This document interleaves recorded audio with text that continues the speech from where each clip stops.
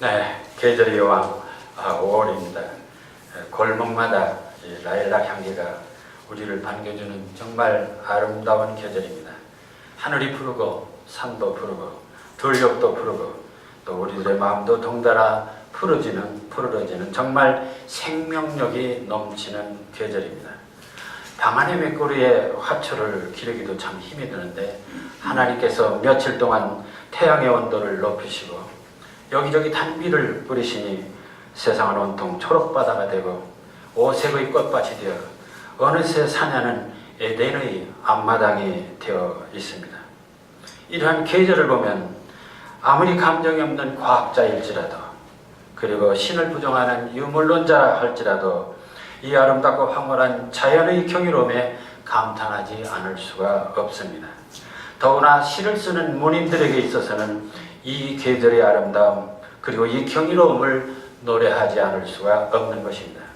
그것은 바로 시를 잘 쓰는 또 시를 사랑하는 다윗에게도 예외가 될 수 없었습니다. 그래서 다윗은 이렇게 노래를 시작합니다. 오늘 읽으신 본문 1절 함께 읽어보실까요?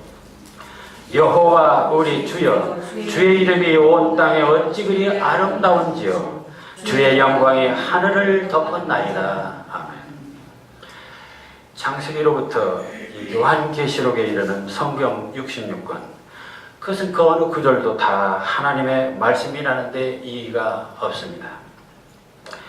이 말씀들은 직접 하나님이 이렇게 구술하신 것을 받아 쓴 것도 있고 선지자, 사도들이, 성경 기자들이 성령의 감동으로 받아 적은 것도 있습니다.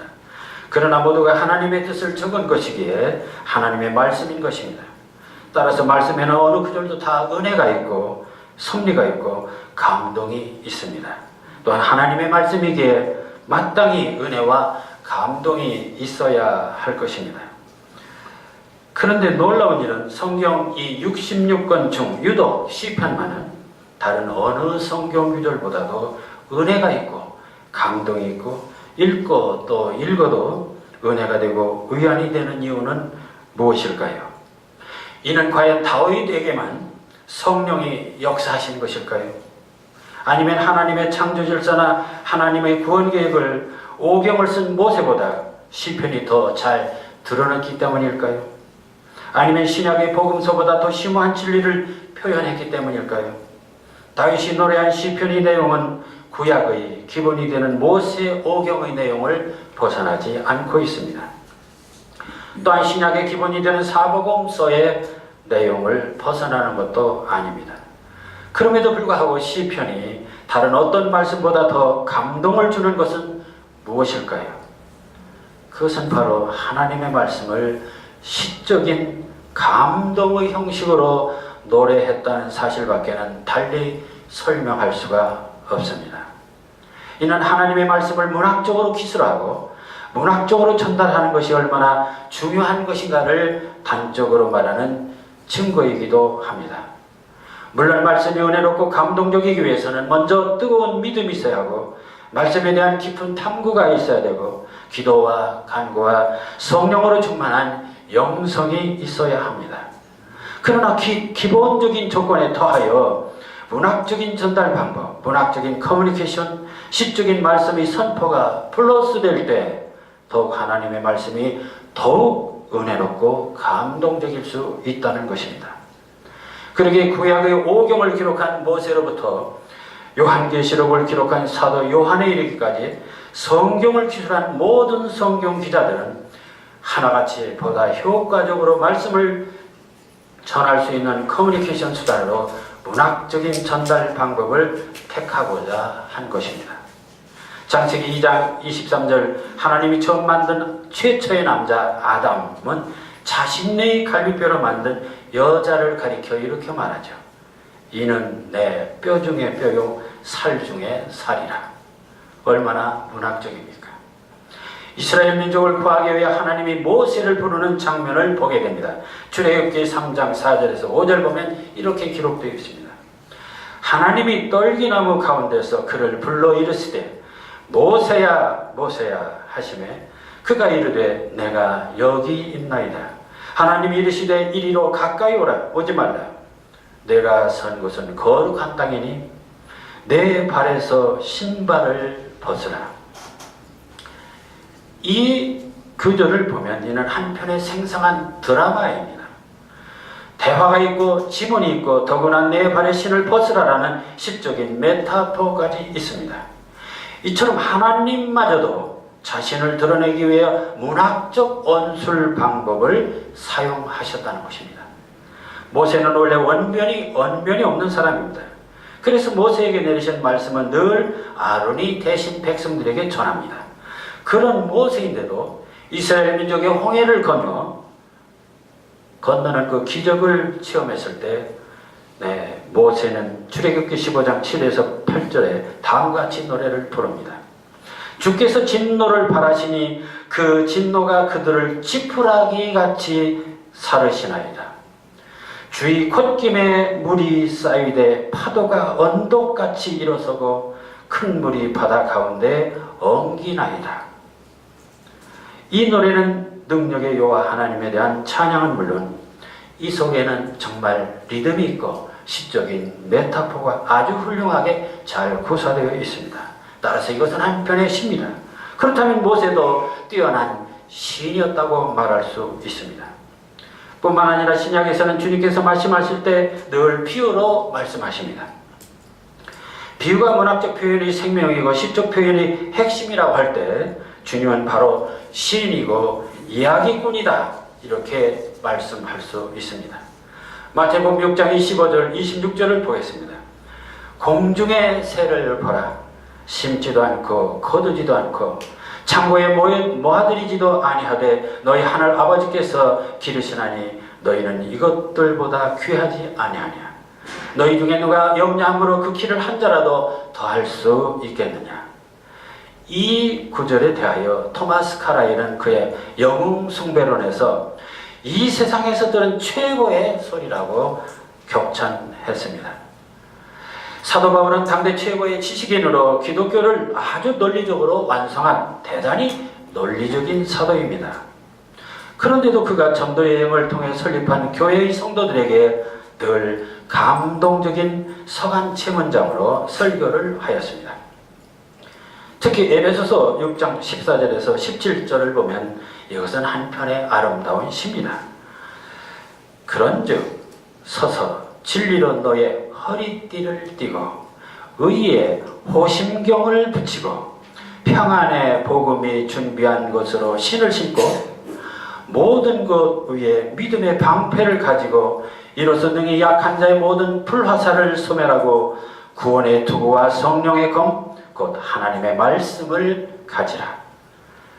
여기 있는 띠라든지 호심경이라든지 방패라든지 그래서 어떤 성경학자들은 이들을 바울의 패션 이미지다 이렇게 말하고 있습니다.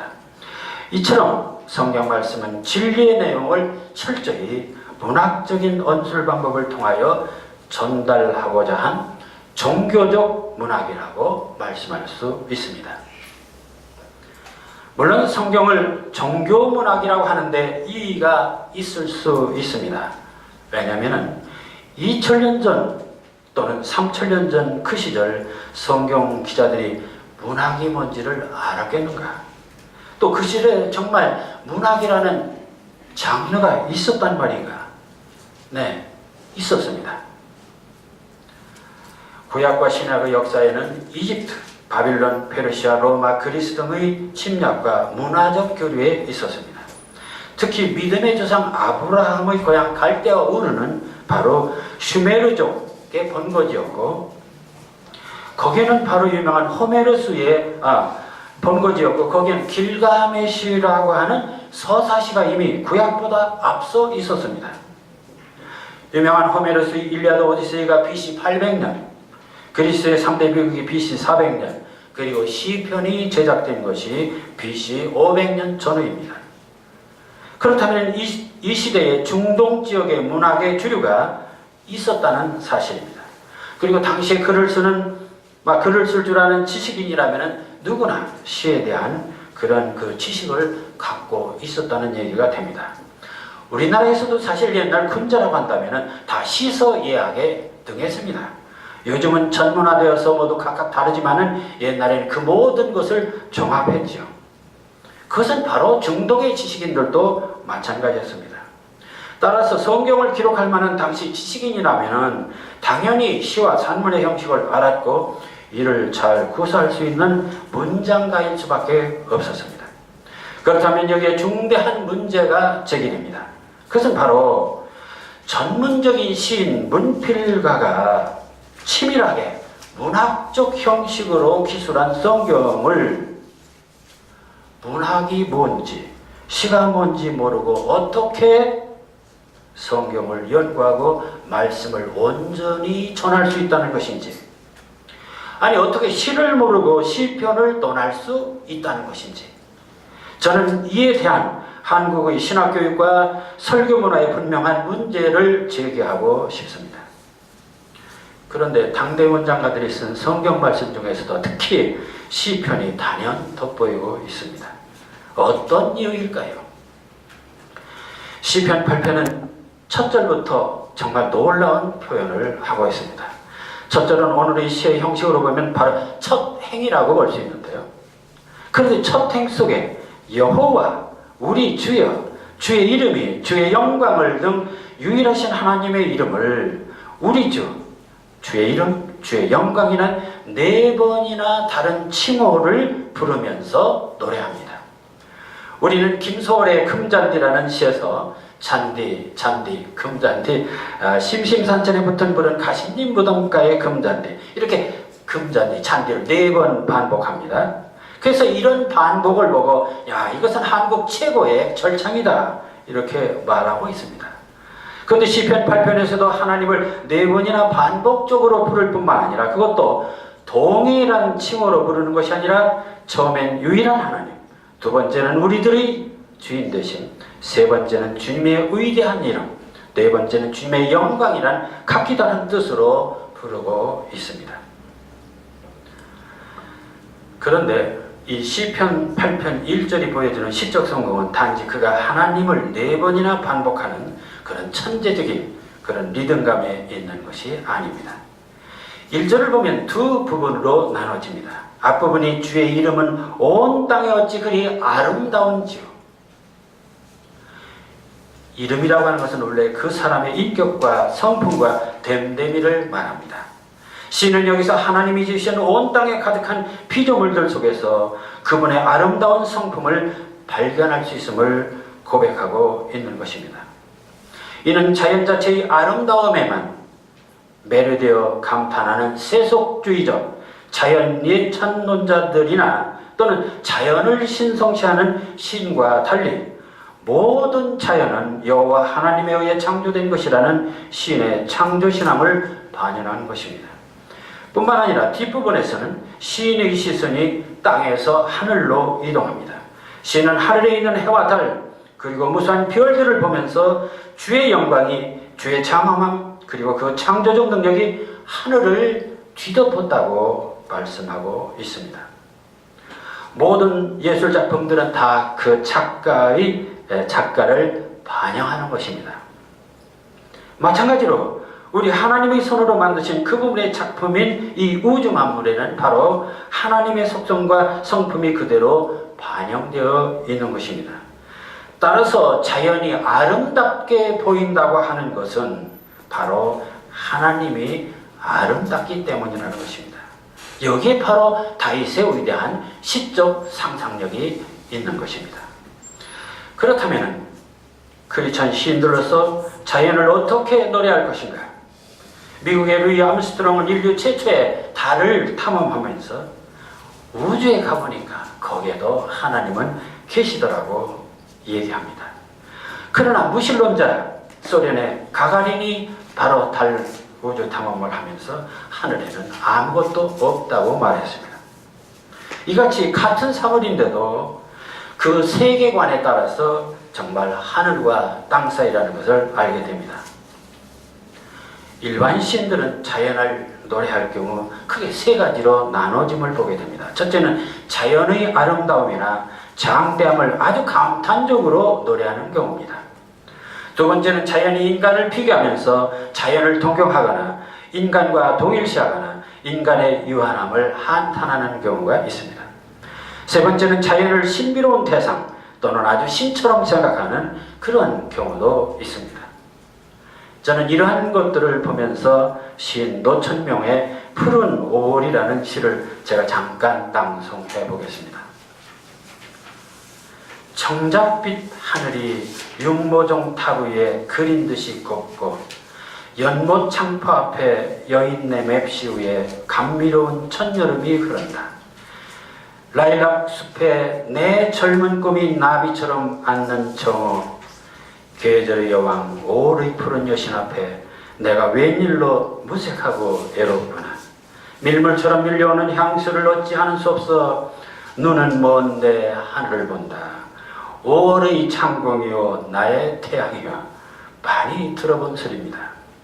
이처럼 일반 시인들은 자연에 대해서 그 표면적인 아름다움, 즐거움을 감탄하고 경탄하고 정말 그 창공이라든지 태양을 아주 높여서 신적으로 여기서 푸른 여신처럼 이렇게 신격화해서 얘기하고 있습니다. 그러나 다윗의 자연과는 전혀 그렇지가 않습니다. 다윗도 자연의 오묘함과 자연의 장대함과 자연의 아름다움을 인정합니다. 그러나 그러한 자연은 모두 하나님이 지으신 것이며 하나님의 뜻을 그대로 드러낸 하나님 스스로 보시기에도 좋았더라를 창세기에서는 5번이나 연거푸 말씀할 정도로 하나님이 스스로 걸작품임을 인정하고 있는 것 그 자체를 다윗은 보고 있습니다. 이러한 다윗의 시정치는 오늘날 크리스찬 시인들이 분명히 알아야 할 시인적 태도요 신앙적 자세라고 봅니다. 자연은 스스로 된 것이 아니라 하나님의 기쁨이고 하나님의 아름다움이고 하나님의 뜻을 표상하는 계시의 말씀입니다. 그렇다면 기독교에서는 자연이라는 용어부터 폐기해야 된다고 생각합니다. 왜냐하면 자연이라는 말은 스스로 된 것이라는 뜻이기 때문입니다. 차라리 우주 만물이라 하는 것이 보다 객관적입니다. 따라서 기독교인으로서 자연, 즉 우주 만물에 대한 시를 쓸 경우에는 반드시 만물의 주체가 주님이라는 사실을 분명히 해야 합니다. 주님이 지으시고 주님의 뜻을 드러내시고 주님 스스로 즐기셨다는 사실에서 역시 하나님의 형상대로 지음을 받은 우리도 자연을 즐기고 자연을 개발하되 그 근본은 하나님으로부터 비롯된 것임을 분명히 밝혀야 한다는 것입니다. 일반 시인들이나 유물론자들은 자연을 스스로 된 것으로 생각하거나 스스로 진화한 것으로 생각할 뿐만 아니라 자연의 경이로움을 신비화하여 마침내 자연을 신으로 생각하고 자연을 우상으로 섬기는 경우가 있는데, 이는 마치 주인을 섬기는 것이 아니라 종을 섬기는 것과 같고 나그네를 주인으로 착각하는 것과 같은 이치라 하겠습니다. 그렇다면 크리스찬 시인들이 시를 통해 하나님을 어떻게 드러낼 것인가? 그 가장 기초적인 시를 저는 바로 찬송가 가사들에게서 볼 수 있다고 봅니다. 오늘 우리는 예배 시간에 478장 참 아름다워라 주님의 세계를 찬송했습니다. 여기 보면은 바로 백합화, 새소리, 아침에 저녁놀, 밤에 별, 바다, 봉우리, 바람, 시냇물 등을 예로 들면서 이들이 다 주님의 세계요, 그렇기 때문에 참 아름다운 주님의 세계다, 이렇게 고백하고 있습니다. 그런데 여기서는 솔로몬이 솔로몬의 옷보다 고운 백합화를 취하고는 모두 직설적 표현이어서 대중적 전달에는 대단히 적절한 가사라 할 수 있습니다. 그러나 정말 좀 세련된 시적 감동의 형식으로는 좀 초보적인 작품이라고 저는 말하겠습니다. 자, 그런데 오늘 본문 시편 8편은 찬송가 형식인데도 불구하고 그렇지가 않습니다. 1절에도 주님에 대한 절묘한 반복적 호칭으로 시적 성공을 거두고 있지만 그 내용에 있어서 만물이 아름다운 것이 아니라 주님의 이름이 아름다운 것이라고 함으로써 고도의 그 은유적 상상력을 보이고 있습니다. 더구나 땅만 그런 게 아니라 하늘도 그렇다는 대조 형식, 대구법을 쓰고 있습니다. 그러더니 2절부터는 전혀 다른 시점에서 자연의 의미를 해석하고 있습니다. 우선 2절에서는 주께 대적하는 강한 자 같은 원수나 복수자를 오히려 어린이와 젖먹이 같이 약한 자를 들어 물리치시는 하나님의 능력을 말하고 있습니다. 우주 만물을 보고 하나님의 아름다움이라고 말하던 시인이 왜 갑자기 약한 자를 들어 강하게 쓰신다는 말씀을 여기다가 삽입하고 계신지, 그리고 2절 이후부터는 계속 상황이 바뀝니다. 그것은 3절에서 8절로 이어지는 시상의 대천환과 관련됨을 보게 됩니다. 본문 3절과 4절을 한번 같이 읽어보실까요? 주의 손가락으로 만드신 주의 하늘과 주의 베풀어 주신 달과 별들을 내가 보니 사람이 무엇이간데 주께서 저를 생각하시며 인자가 무엇이간데 주께서 저를 권고하시나이까. 아멘. 자연이 하나님의 아름다움이라고 극찬을 하시더니 갑자기 시점을 바꾸어서 주의 손각으로 만드신 주의 하늘과 주의 베풀어 주신 달을 보니 무슨 생각이 나느냐? 사람이 무엇이간데, 그리고 인자가 무엇이간데. 다윗은 이 오묘하고 아름다운 우주 만물을 보면서 이 모두가 하나님의 아름다운 성품인 것을 감격하다가 갑자기 이러한 하나님의 걸작품을 이 보잘것없는 인간들에게 그냥 주셨다는 사실에 감격하고 놀라는 것입니다. 이 장엄한 우주만을 보니 사람이 무엇이간데, 인자가 무엇이간데 이를 우리에게 그냥 주신 것입니까? 여기서 참 재미있는 것은 사람과 인자, 똑같은 사람인데 구분을 하고 있어요. 사람을 히브리어에서 에노시라고 한답니다.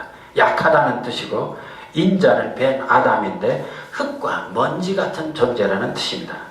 다시 말하면 이 광대한 우주 만물, 이 아름다운 우주를 이 흙과 먼지만도 못한 인간이 무엇이기에 우리에게 이렇게 다 그냥 허락하셨는가? 자, 이것이 바로 이 시편, 이 다윗이 이 8편에서 보여주는 시점, 상상력입니다.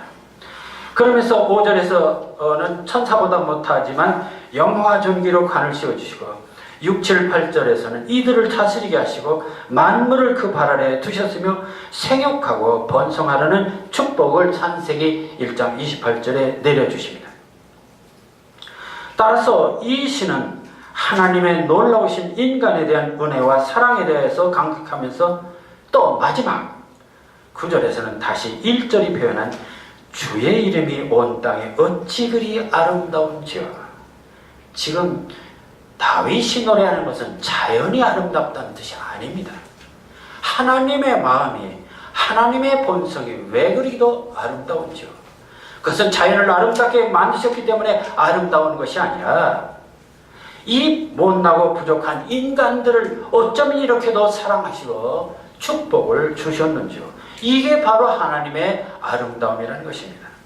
자, 여기 바로 시편 8편에 진실이 있고 정말 감격이 있다고 생각합니다. 이처럼 다윗은 시편 8편을 통하여 먼저 우주 만물의 경이로움을 하나님의 아름다움이라 했고, 그러한 만물을 보잘것없는 인간에게 배려해 주신 것 또한 하나님의 아름다움이라는 것입니다. 그렇다면 이 시가 보여주는 다윗의 시정치는 자연의 아름다움보다 하나님이 얼마나 인간을 사랑하시는가에 역점을 두고 있는 노래라는 사실입니다. 따라서 인간은 도대체 얼마나 하나님으로부터 축복받은 존재인가 라고 하는 것을 다시 노래하게 되는 것입니다. 바로 이러한 사랑이 바로 하나님의 아름다움이라는 것입니다. 이는 하나님의 창조주 권능을 찬양만 하는 많은 기독교 신앙시와 달리 하나님이 인간에 대한 그 구속사적 사랑의 성질까지 제시함으로써 기독교 신앙시의 차원 높은 모범을 보인 것이 바로 이 시편 8편의 시라고 보아야 하겠습니다. 그렇다면 기독교 신앙시는 찬송가 가사처럼 즉흥적이고 직설적인 교리의 반복적 노출로는 부족하다고 생각합니다.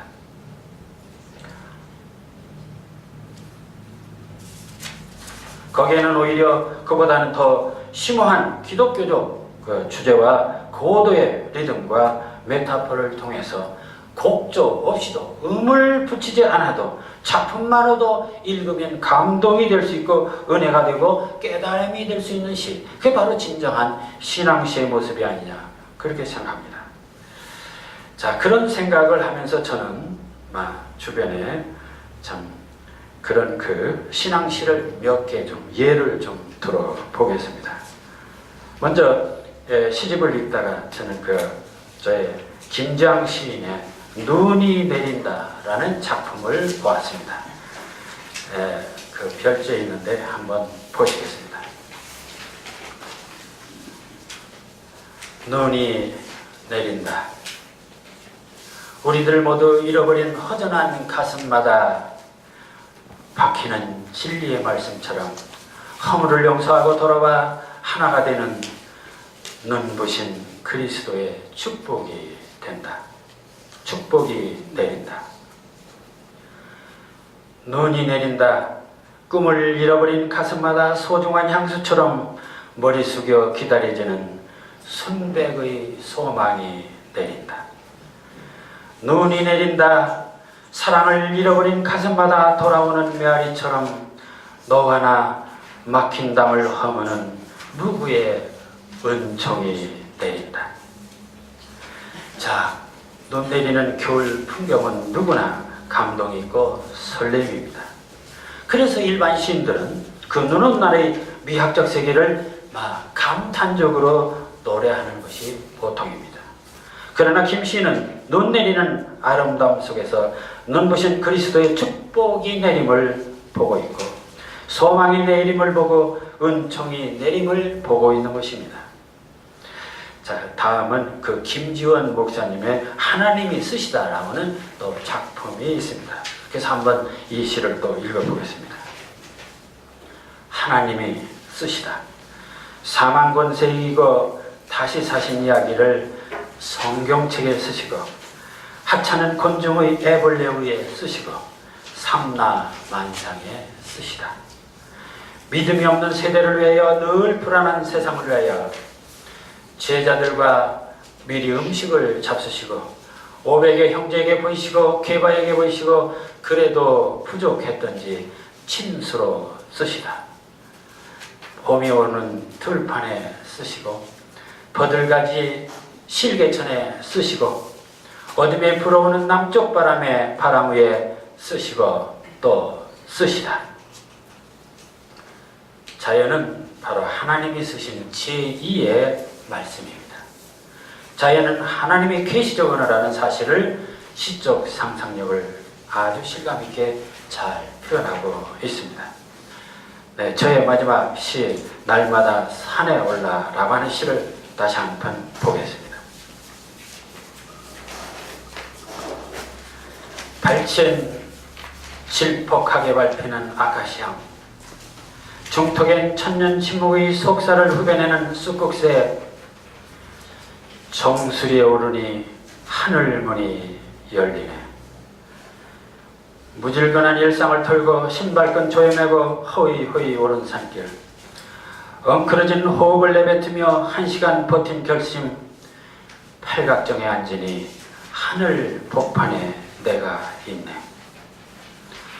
손끝에 잡히는 새하얀 낫달, 싱싱한 햇살 몇 주름 소나무 찬가지에 걸어놓고 눈을 감으니 사르르한 이브의 눈짓, 세상이 온통 꽃밭이네. 자, 여기서 자연이야말로 하나님이 지신 에덴이라는 사실을 산을 오르며 경험하는 내용입니다. 이처럼 자연을 노래하는 신앙시에는 반드시 일반 시와 동일한 리듬이 있어야 합니다. 그리고 고도의 메타포가 있어야 합니다. 그런 기본 조건에 추가하여 신앙시는 창조주가 있어야 하고 믿음과 소망과 사랑이 있어야 하고 고백이 있어야 하고 감사가 있어야 합니다.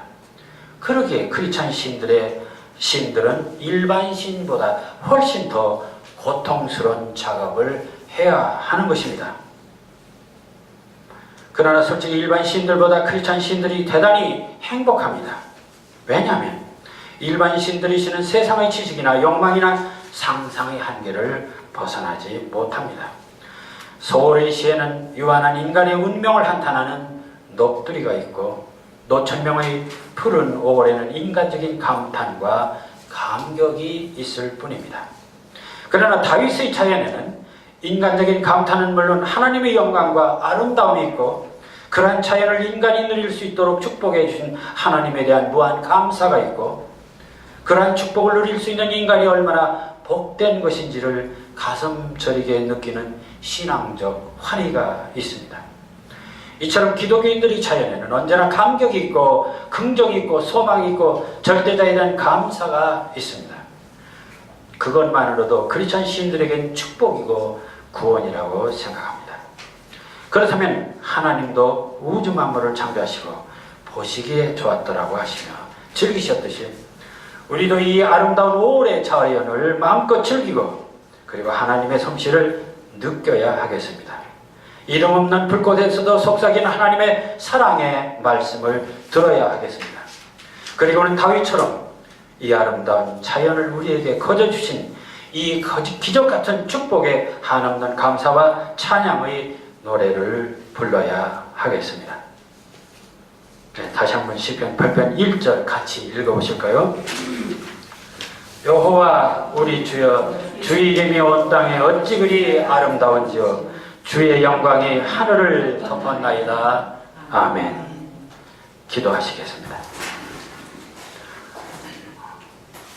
고마우신 주여 하나님, 우주 만물을 이처럼 장엄하고 아름답게 창조하신 당신의 놀라운 섭리를 찬양합니다. 땅에도 하늘에도 당신의 이름과 영광만이 가득할 뿐입니다.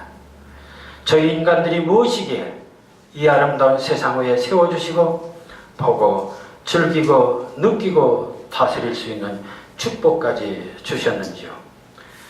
생각하면 놀라운 기적이 아닐 수 없습니다. 그러기에 저희들 먼저 이 땅에 태어난 것을 눈물겹도록 감사하게 하여 주시옵소서. 이제 주께서 허락해 주신 삶을 최선을 다하게 하여 주시고 감사하며 찬양하며 주께 영광 돌리는 아름다운 삶을 살게 하여 주시옵소서. 주 예수 그리스도 이름 받들어 기도하옵나이다. 아멘.